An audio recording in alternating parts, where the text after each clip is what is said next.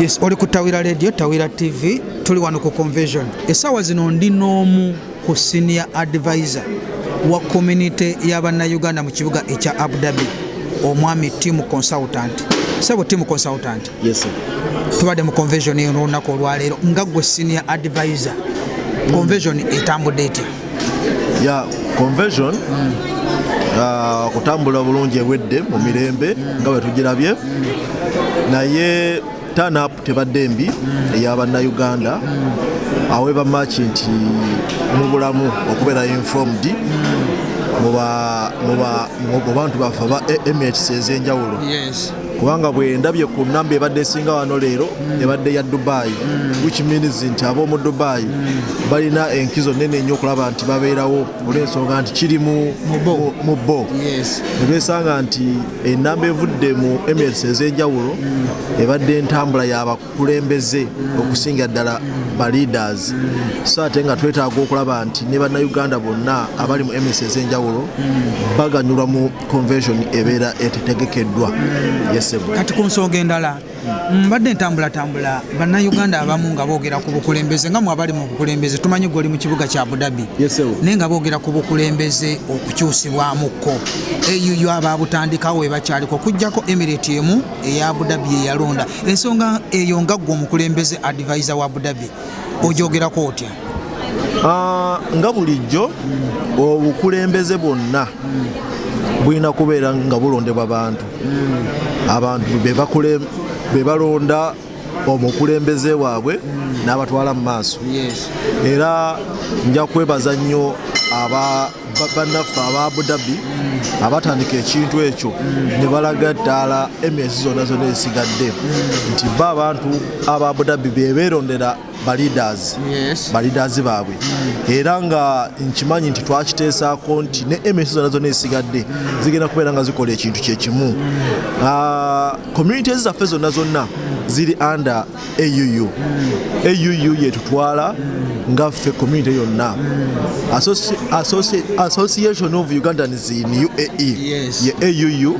So which means tuli eyo umbrella yaffe ffenna etutwala. Yes. Era tusuubira nti however much nti ffe aba Abu Dhabi twakola olukujjukujju netutekawo okubanga tugenda londa mu bantu abatunene ne balonda. Naye ate tulina n'okuteekayo amaanyi okulaba nti ne AUU yennyini etutwala naye eteekayo okuba ng'erondebwa nayo kati abantu mu communities ezo. Nti bwe kyandibadde ekikulu nti senga tumaliriza okulonda mu communities zaffe zonna omusanvu ne tumaliriza okulonda mu bakulembeze abalondeddwa be balina okuvaamu tabamiruka abalonda AUU. AUU etutwala balina kubeera nga balondebwa mu bakulembeze abamaze olondebwa mu communities. Okay. So nze kwe kuteesa okwange kwe nandibadde ndaba nti AUU bwebanga ebaddeko ng'etutwala nayo yeerondebwa ddi, erondebwa etya? Erondebwe nga tumaze okulonda communities zaffe ba leaders ab'omu communities zaffe omusanvu. So bwe tunamaliriza ekintu ekyo tuddeko tulonde akakiiko akatutwala nga ffenna wa ambulera yaffe ey'Abannayuganda. Ekitegeeza oteesa nti Abu Dhabi nga bwe yalonda, Sharjah eronde, Dubai zonna Emirates zimala okulonda. Yes. Kati executive eyo etuule eronde executive ya AUU. Yes, sir. That's a good idea. Yeah. Kati ng'ekyo osuubira kinaateekesebwa mu nkola kubanga tulaba nti no Emirates zimuziga nti afe ebyokulonda tetubiriiko. Ani alina okiteekesa mu nkola ekyo? Tewali kigaana olw'ensonga nti ebyokulondesa bino si bya ssente. Tebyetaagamu na ssente nnyingi nti okubeera nga bunteekawo obukiiko obwo oba ekitongole ekigenda okubeera nga kirondesa ebintu ebyo. Just people to be informed. Nti senga tuteekayo ku mitimbagano kati nga omutimbagano gwanaffe ogwa Mr. Johnson ogwa Tawira netugamba nti Emirate ya Sharjah mu mwezi ogwokubiri egenda kubeera erondebwa. Yes. Nkimanyi nti eddoboozi liba ligenda tuuka ku buli Munnayuganda awangalira mu Sharjah okulaba nti ateekayo erinnya lye okubeera nga yeesimbawo mu community eyo.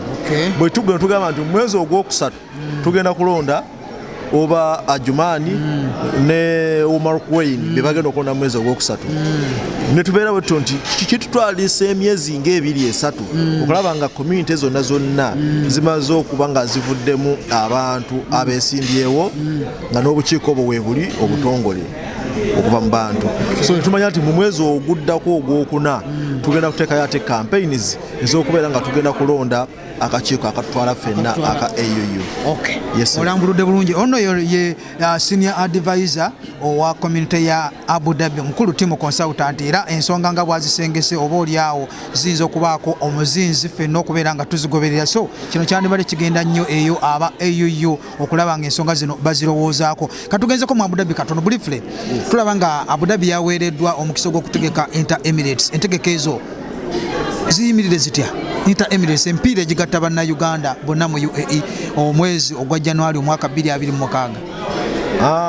Okuva edda nga Abu Dhabi etegekako ku Inter Emirates ezo zibadde successful mu nteekateeka yaazo. Abu Dhabi yafuna omukisa nti eyina akakiiko akakwatira awamu, nti bwe kakwatira awamu buli kyebategeka kivaamu bulungi. Era nsuubira nti tebakoze ensobi okuwa Abu Dhabi okutegeka Inter Emirates y'omwaka guno, wabula ate kituwadde eddimu ery'okuddamu okukunga bannayuganda okujjobberawo mu bungi. Naye nga nkimanyi nti enteekateeka zijja tambula bulungi kubanga akakiiko weekali, ebisaawe weebiri n'obudde weebuli. So nja kwongera ku ddoboozi ery'okukunga bannayuganda bonna gye bagenda okubeera bajje babeerewo nga tutambuza Inter Emirates ezo. Njagala okwebaza mukulu team consultant, era nange njagala okubeera nga mbakubiriza ennaku z'omwezi genda kubeera 24 January empiira gya Inter Emirates genda kubeera mu kibuga ekya Abu Dhabi ku Khalifa Stadium, era ffenna tubasuubira mwenna Emirates zonna okujja okubeerawo. Nawudde nga bategeeza nti buli ttiimu yakuwandiisa neddira mu 1,500 era nga basuubira enteekateeka eno ejja kubeera nnungi nnyo. Njagala okukwebaza ssebo olw'okubeera nga oadvisinze bulungi community ya Abu Dhabi era ensonga zonna zitambula bulungi. Oyinayo akatalekeka konna nga gwe senior advisor?